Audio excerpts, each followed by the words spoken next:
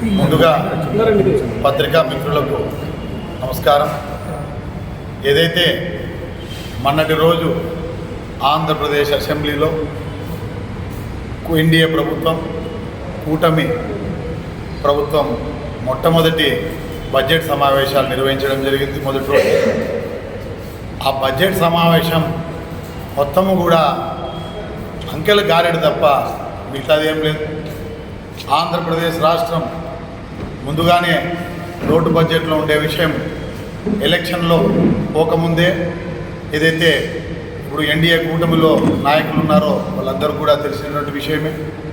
అయినా కూడా అర్థం లేని హామీలతో ప్రజల ముందుకు వచ్చి మరొకసారి ఆంధ్రప్రదేశ్ రాష్ట్ర ప్రజలను పూర్తి స్థాయిలో మోసం చేయడం జరిగింది.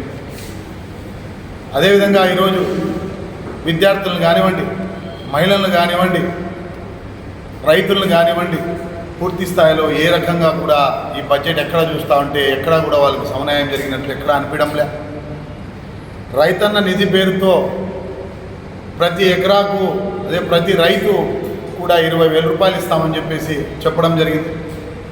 10 లక్షల కోట్లు 10,000 కోట్ల దాకా బడ్జెట్లో రైతులకు అవసరం వస్తే కేవలం 4,600 కోట్లు మాత్రం విడుదల చేయడం జరిగింది. ముఖ్యంగా అనంతపురం జిల్లా రైతులకు, అనంతపురం జిల్లా ప్రజలకు పూర్తి స్థాయిలో రైతాంగం పైన, నీళ్లపైన ఆధారపడినటువంటి ప్రాంతం అనంతపురం జిల్లా. అందరికీ తెలిసినటువంటి విషయమే. జైసల్మీర్ తర్వాత దేశంలోనే అత్యంత కరువు కాటకాలతో అల్లాడుతున్నటువంటి జిల్లా అనంతపురం జిల్లా. ఉమ్మడి జిల్లాల్లో 63 మండలాలు కూడా కరువు మండలాలుగా ప్రకటించారు. అదేవిధంగా అనంతపురం జిల్లా కలెక్టర్ గారు పంపించినటువంటి నివేదిక ప్రకారంగా ఏదైతే బడ్జెట్ సమావేశాలు జరిగే ప్రతి సూరి కూడా జిల్లా కలెక్టర్లు నివేదికలు అడగడం జరుగుతుంది. ఈ జిల్లాకి ఏం కావాలా, ఈ జిల్లాకు కావాల్సిన నీళ్ళేమి, ఈ జిల్లాకు కావాల్సిన నిధులేమని చెప్పేసి కలెక్టర్ గారు పంపించినట్లు 6 టీఎంసీలు ఆధునీకరణ పనులకు ఇప్పుడుండే 5 టీఎంసీలు ఉంది హెచ్ఎల్సీకి. 5 టీఎంసీల నుంచి 6 టీఎంసీలు అడిగితే ఇంతవరకు కూడా దానికి ఎటువంటి నిధులు జిల్లాకు సంబంధించి కేటాయించలేదు. ముందుగా మీ అందరికీ తెలియాల్సింది ఏమంటే అనంతపురం జిల్లా పెద్ద మనిషి, పెద్ద అయినటువంటి అన్ని విధాలా తెలిసినటువంటి ఆర్థిక శాఖ మంత్రివర్యులు, అదేవిధంగా ఈరోజే చీఫ్ విప్గా ప్రకటించినటువంటి కాలువ శ్రీనివాసులు గారు ఈ జిల్లా పైన, నీళ్లపైన, ఈ జిల్లాకు రావాల్సిన నిధులపైన చాలా అనేకమైనటువంటి పోరాటాలు చేసినటువంటి మనుషులు. కాబట్టి వాళ్ళకు మేము అంతగా చెప్పాల్సిన అవసరం లేదు. మాలాంటి వాళ్ళు పెద్దగా చెప్పాల్సినంత అవసరం ఉండదు. జిల్లాకి నీటి సమస్య ఎలా ఉందో ఏం చేయలేని పరిస్థితుల్లో ఈరోజు ఉన్నారంటే ఈ చేతగాని ప్రభుత్వంలో ఏ రకంగా వాళ్ళు మిగిలిపోయినారో ప్రశ్నార్థకంగా మారిపోతాం. అదేవిధంగా హంద్రీనీవా కెనాల్ను పునరుద్ధరణలో భాగంగా ఆ కెనాల్ వెడల్పు ఇప్పుడు ఏదైతే ఉందో దానికి 2 చేసి ఇంకొక ఇప్పుడు 3,40,000 ఎకరాలకు ఆయకట్టుకు నీరు వస్తూ ఉంటే దాన్ని పెంచి డబుల్ చేయాల్సిన అవసరం ఉంది. జిల్లా ప్రతి ఒక్క ఎకరా కూడా హంద్రీనీవా నీళ్లు పారాల్సిన అవసరం ఉంది. అదేవిధంగా హంద్రీనీవా నీళ్లు వృథాగా ఈరోజు బయటకు వెళ్ళిపోతున్నాయి. ఆ హంద్రీనీవా నీళ్లను హెచ్ఎల్సీ కెనాల్కి ఆధునీకరణ పద్ధతుల ద్వారా హెచ్ఎల్సీకి నీరు అందివ్వగలిగితే ఈ జిల్లా మొత్తం సస్యశ్యామలతో ఉంటుంది. అదేవిధంగా ఈరోజు అమ్మబడి అన్నారు. ఆ అమ్మబడి నుంచి పోయిన ప్రభుత్వం చేసినటువంటి నిర్వాహకం ఏదైతే ఉందో ఆ నిర్వాహకాన్ని ప్రతి తూరి చెప్పుకుంటూ పోయి ఎంతసేపు చెప్పినా కూడా వాళ్ళు ఇది చేయలేదు, వీళ్ళు ఇది అయ్యా మీరు ఇప్పుడు అధికారంలో ఉన్నారు, అధికారంలోకి వచ్చి 6 నెలల కాలం పూర్తయితా ఉంది. ఈరోజు మీరు ఏం చేస్తున్నారు? తల్లికి వందనం అని చెప్పేసి ప్రతి పిల్లవాడికి, ప్రతి విద్యార్థికి కూడా 15,000 చెల్తాలన్నారు. ఈరోజు ఎక్కడికి పోయింది 15,000 రూపాయలు? దానికి సంబంధించి బడ్జెట్లో ఎక్కడైనా నిధులున్నాయా?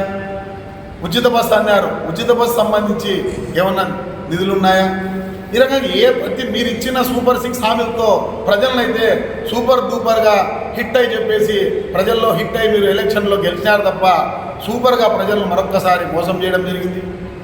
అదేవిధంగా ప్రతి తూరి కూడా అసెంబ్లీలో మీరు సెల్ఫ్ డబ్బా కొట్టుకొని చంద్రబాబు నాయుడు గారి సన్మాన కార్యక్రమంలో అసెంబ్లీ నడుస్తూ ఉంది తప్ప అసెంబ్లీలో ప్రజా సమస్యలపైన పోరాటమే లేదు. అదేవిధంగా ప్రతిపక్షంలో ఉన్నటువంటి ప్రతిపక్ష హోదా లేదు అనుకుంటే జగన్మోహన్ రెడ్డిని కూడా మేము అడుగుతున్నాం.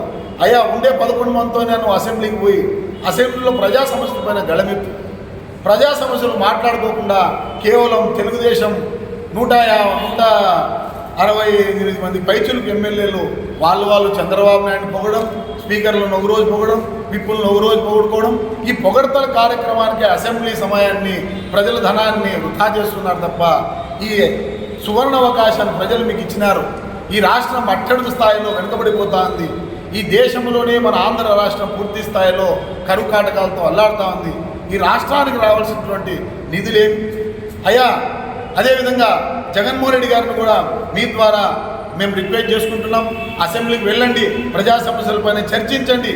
మీరు ఏదైతే మీకు ప్రతిపక్ష హోదా అని ఈ రకంగా చిన్నపిల్లని మాదిరి మారాం చేయకోకుండా, అయ్యా మీకు ప్రతిపక్ష హోదాని ఈ రకంగా మారాం చేసే బదులు ఆ రోజు ప్రత్యేక హోదా కోసం నువ్వు పోరాడింటే మేము కూడా నేను సమర్థిస్తా అంటే అయ్యా ఇతనికి ఇవ్వాల్సిందని చెప్పేసి ప్రజలు కూడా చెప్తా అంటే ప్రత్యేక హోదా ఊసు మీరు ఎత్తలే, వీళ్ళు ఎత్తలే.